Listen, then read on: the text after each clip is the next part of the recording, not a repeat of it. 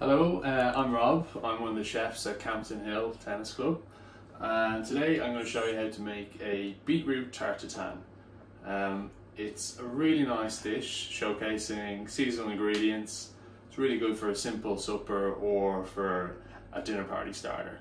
So I'll take you through the ingredients first. So you'll need some puff pastry. I just have shop bought puff pastry. That's a little top tip. I would recommend just using shop bought. It takes an awful lot of time and practice to get good at making puff pastry, and the stuff you can get in the shops is actually really good. And then we've got the beetroot. So I've gone for two different types, and the reason I've gone for beetroot is that it's readily available throughout the year really, but it's really good at the minute. And I've got two types. I've got candied beets, and they're called candy because they look like a candy cane with this nice pattern you can see here. And then we've got a regular purple beet. Now I've prepared these already, but all you have to do to make these is trim off the leaves. You can keep them and use them for a salad, very similar to using spinach or kale. And then just simply pop them into a pot of boiling water and cook them until a knife goes through easily, same like you're cooking potatoes. And then you just drain them, and then while they're still hot, the skin will peel away nice and quickly, and then you have them ready. Now what I've done here is I've sliced the beets, so they're in about 1/2 centimeter thick, and you can really see here that beautiful design. Okay, and then for the classic tarte tatin, I guess you'd normally associate it with kind of sweet dishes, so apple, pear, peach, stuff like that. Very similar. So we've got a little bit of butter and then about a tablespoon of sugar. So the first thing you want to do is get a frying pan, get it on a high heat, and then you want to add your butter. So the idea here is we're going to melt the butter down, get it foaming, and then we're going to add our sugar in to caramelize it slightly. And traditionally, this is done cooked completely in the frying pan. So you do need an oven-proof frying pan. However, if you don't have that, you can use a simple baking tray like this here. And then we can stick that in the oven to bake it.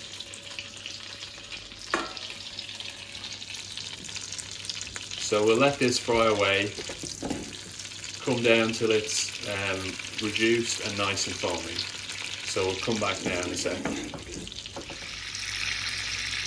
Okay, so you can see the butter is starting to melt.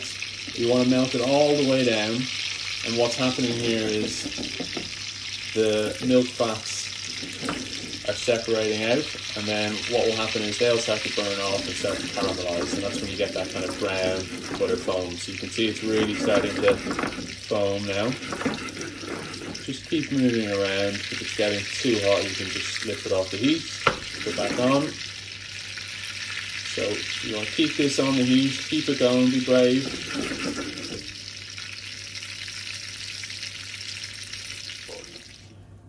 Okay, so you can see now the butter is starting to turn, starting to go that kind of golden brown color. Ultimately what we're going to want to do is create a real nice caramelization on our beets. So you can do this, take it to about this stage, and now we add in our sugar. So that's about a tablespoon of caster sugar, but you can use granulated sugar.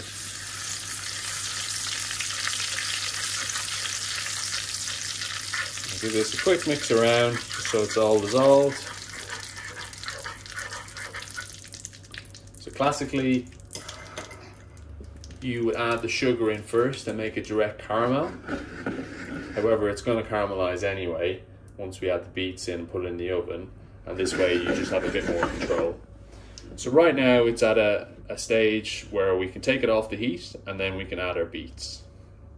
So what I would recommend here is it's going to be very hot, so you can leave this for a couple of minutes just to let it cool down and then add your beets in.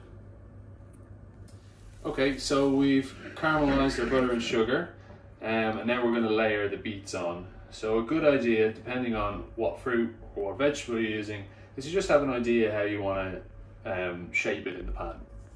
So what I'm going to do is I'm just going to line some of our beets up here just to make it easier when we actually go to put it in the pan.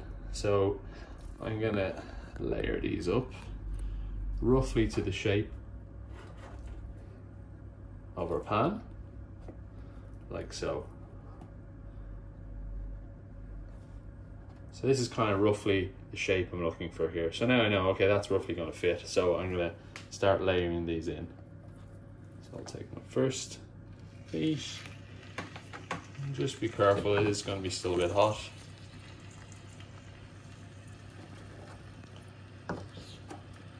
Layering these up nicely. And there we go. And remember, it's the underside that's going to be flipped over, and that's what's going to be exposed when you cook it. So you've got some purple beets and a nice candy beets. This is going to look beautiful once we cook it through. So now what I'll do is I'll add it back to the heat. I'm just going to wash my hands quickly. Okay, so at this stage we've got our beets in our pan. We're going to leave them for about 5 to 7 minutes until they're starting to caramelize. But at this stage you could add any aromats you want. So rosemary goes really well with beetroot, thyme, you could add a little bit of balsamic vinegar. I'm not going to do that. I'm just going to add a touch of Maldon salt. So a good pinch, just kind of flake that over the top. The reason I'm only doing that is that the beetroot I have here, candied beets and purple beets, they're absolutely delicious and they're beautiful just on their own. So I really want that beetroot flavour to come through. You can of course just buy backpack cooked beets, and that would be absolutely fine as well. And in that case I probably would add some more aromats in, just because that would kind of lift it up a bit. Whereas these on their own, they're delicious, they don't really need anything. So that's all I'm going to do to it. While that's bubbling away, you're going to get your puff pastry. So this is my puff pastry again, it's just shop bought stuff. And then we're going to roll it out.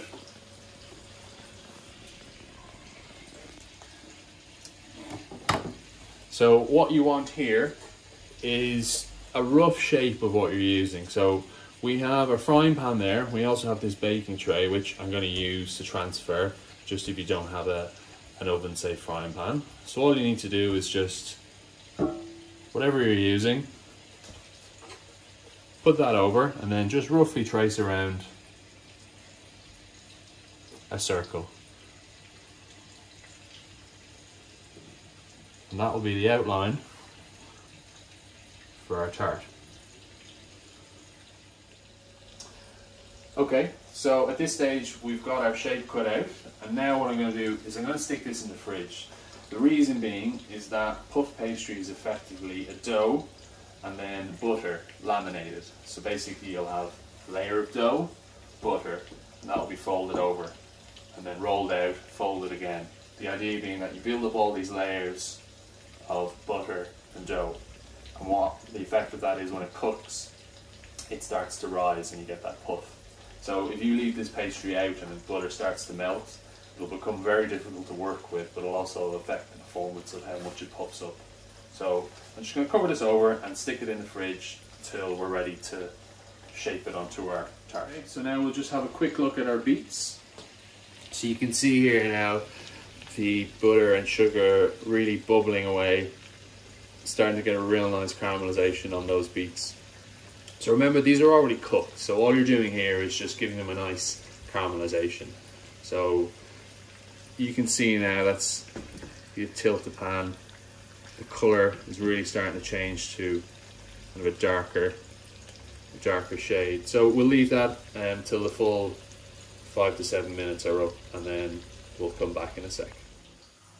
Okay, so we're now coming up to about 5 minutes, so you can see here you get some real nice caramelization going on. So I'm just going to leave that for another 1 to 2 minutes, and then we'll take it off the heat and let it cool for a minute.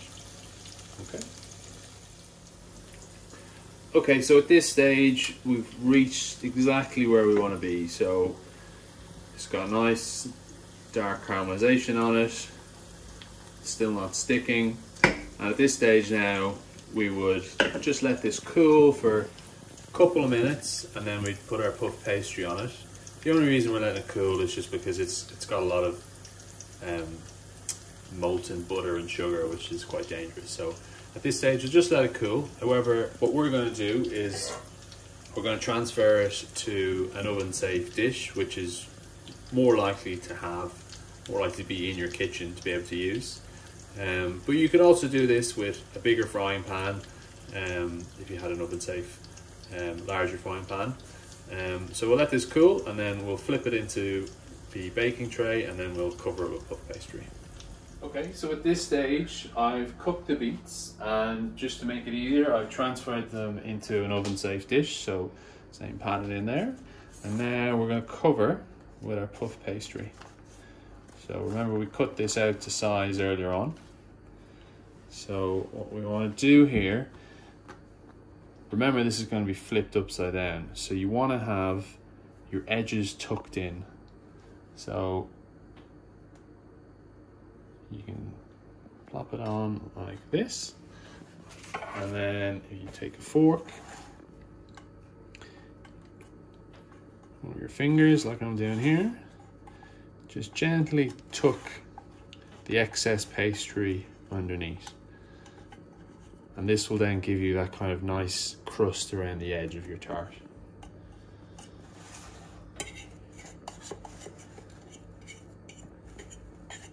And then finally, what is important then is just to pierce a couple of holes in your top of your tart, otherwise your pastry lid will end up coming off. This will allow the steam to escape. Okay, so that's ready, and now we're going to put that in the oven and bake for about 20 minutes at 180, then we're going to check it. And then what we're looking for is the pastry to be nice and golden brown, puffed up a little bit, and then we'll see how it looks, and then we'll probably turn the temperature down by about 20 degrees to about 160 and bake for another 10 minutes. Okay, so 20 minutes are up, so I'm going to take our tart out and see how it looks.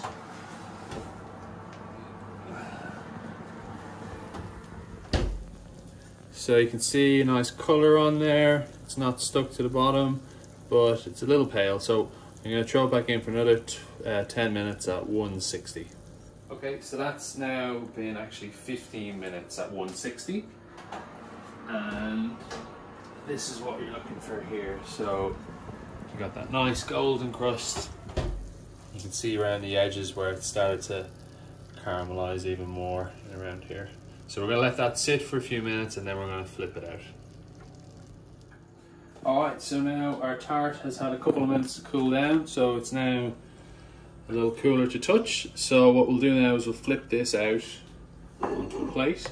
So you get your plate, hold it over the top like this, firmly, and then a quick smooth motion, turn it over like this. And then take your lid off, and here we have our beetroot tart tatin. You could serve this as is. I would recommend some goat's cheese just crumbled over the top and a side salad. Or if you wanted to portion it up, what you can do is you can portion it up or put it in the fridge as it is, and when you're ready to serve, whether it's to yourself or to guests, is just pop it back on a baking tray for 2 to 3 minutes, and that'll warm through and it'll be good to go.